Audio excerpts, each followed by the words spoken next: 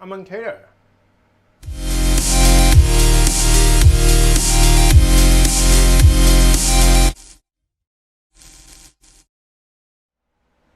Yes guys, Jay Stewart here, the Better Body Coach, and I help everyday men get back in shape so their confidence goes through the roof.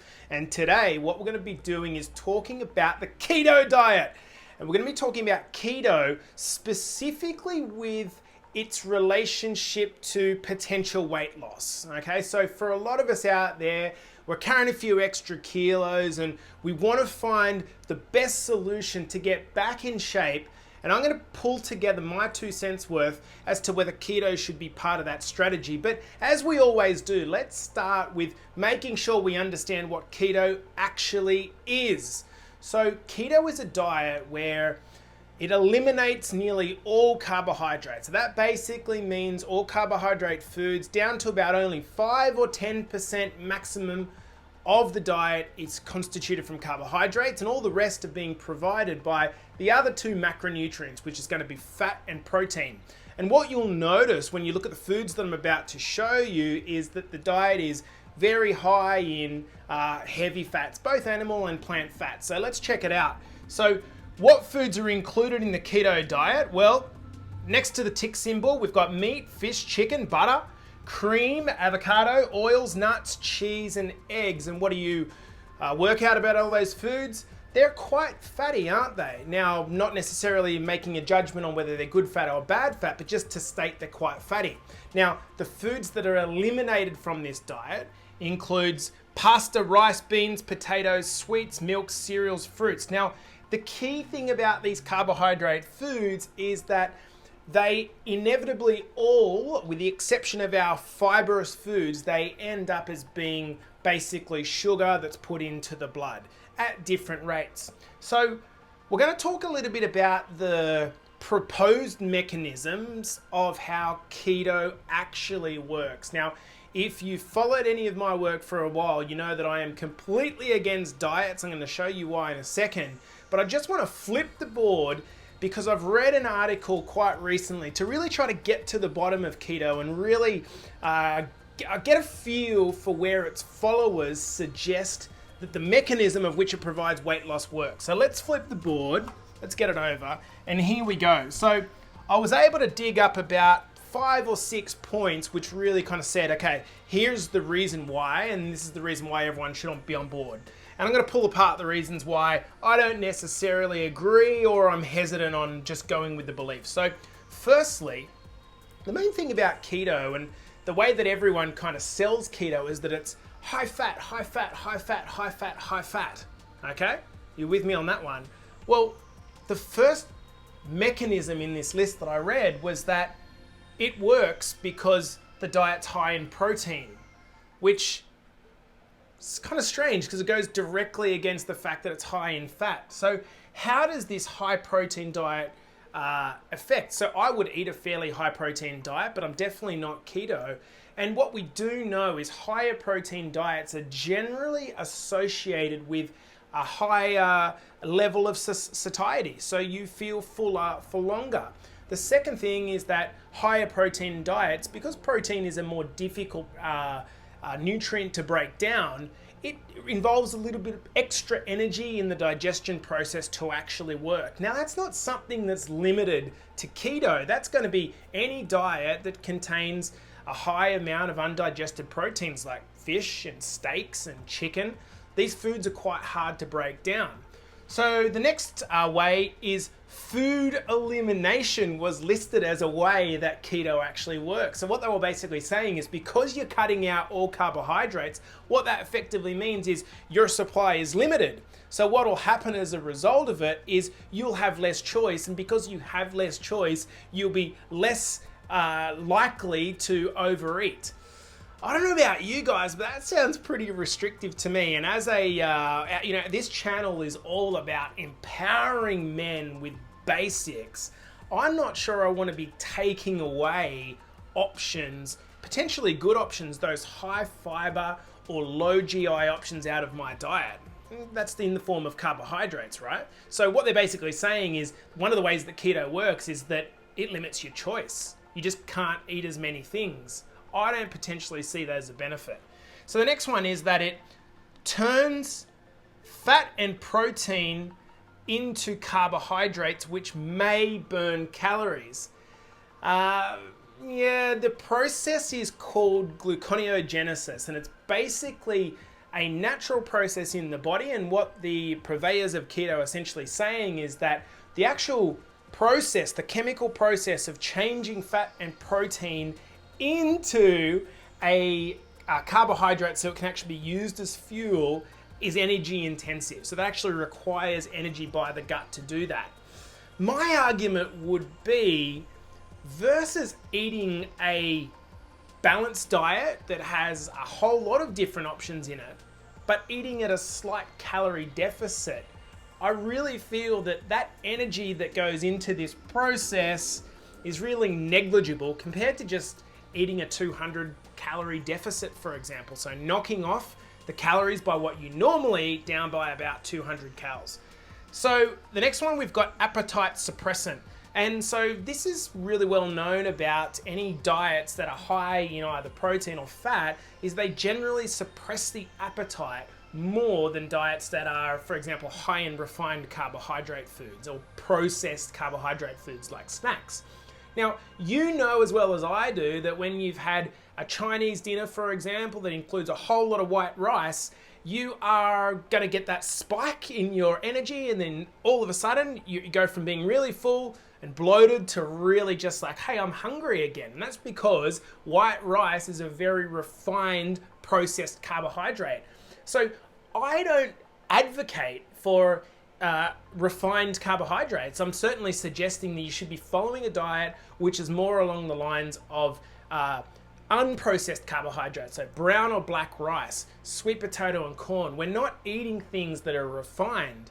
So is this kind of unique, this appetite suppression unique to the keto diet? No, it's going to be something that you're going to see in all diets, including the one that I would generally follow, which is moderate amounts of carbohydrate and protein, fat, and then fairly high in protein. You're gonna have that appetite suppression coming in anyway. Insulin sensitivity is increased. So I don't want to get into the details of how that works, but what we're basically saying is that it's the way that sugar is treated in the blood by eating a high-fat, high-protein diet is more efficient. So it's taken out of the blood and delivered to the cells a little bit more efficiently, and as a result, that helps with weight balance. And in a way, that can be true, but this is, again, not something that is specifically exclusive to the keto diet. In fact, many studies have shown that if you're eating a diet that's high in protein, high in fiber foods, so we're talking about foods that are whole foods, real foods. When you look down at your trolley and you're going, yes, it's unprocessed stuff rather than a whole lot of packaged stuff. Well, guess what? That's also going to help with your insulin sensitivity in the way that you actually manage your sugars. And there's a repeating theme here, and I've just listed it as number 6, that, you know, there's a whole lot of statements around saying, oh, this may work and this may work. And the truth is the science around, you know, how keto, you know, does or doesn't work is really still quite loose. It's kind of like when we say this supplement may work. They can't say it does work because they're lying. They don't have the scientific support to justify that yet. And I feel the same is true of keto. So does it help? Well, look, here are the ways that it does help. Get rid of all these reasons. Look, the facts are that if you're eating a diet that contains unprocessed foods, and that means unprocessed carbohydrates, and a diet that is higher in protein and fat, well, by default, you are going to be less hungry.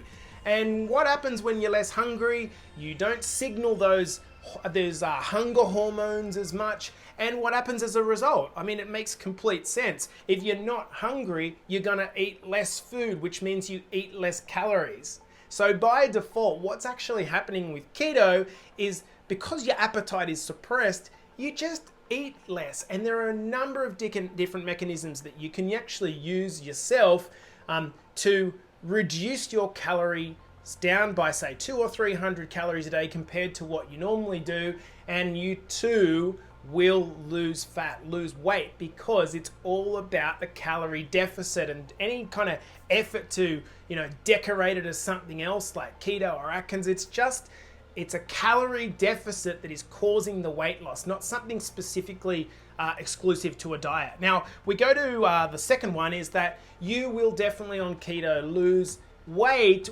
partially to do with the fact that when you store carbohydrates, so you store carbohydrate in your liver and your muscles, and it's packed with water. So what effectively happens is when you deplete your carbohydrate stores, because you're not eating any, that carbohydrate leaves your body, and guess what happens as well? The water leaves as well. So by default, part of the weight that you may or may not lose is to do with the fact that you've lost water.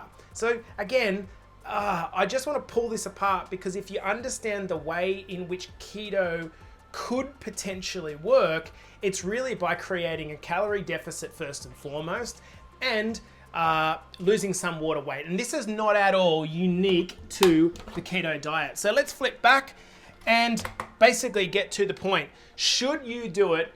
Should you get on keto if you're after losing weight? Well, here are my 3 issues. The first one is it's a diet.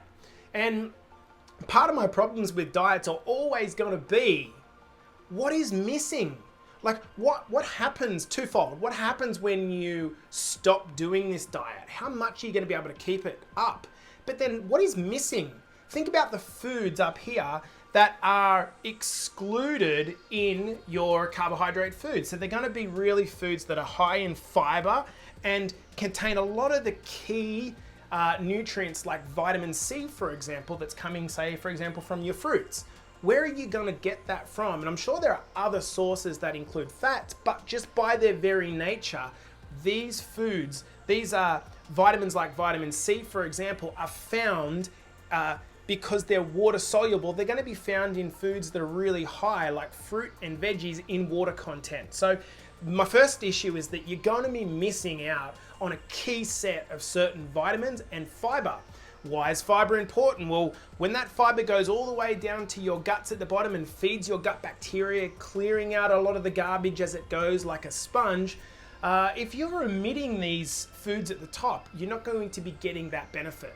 My second issue is that it is not sustainable. How do you, when I approach any of these diets and I think, how are you going to be able to keep this up for the rest of your life?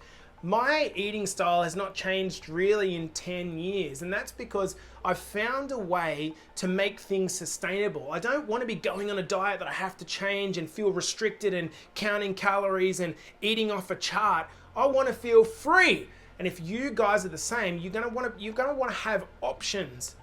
When you've got such a restricted collection of what you actually can eat, it's going to mean that it's just really difficult to keep up long term. Now, the last one is exogenous ketones. These are something that I'm seeing in the ketone or keto space as well, which is these really expensive supplements that are made to get you into ketosis a lot quicker.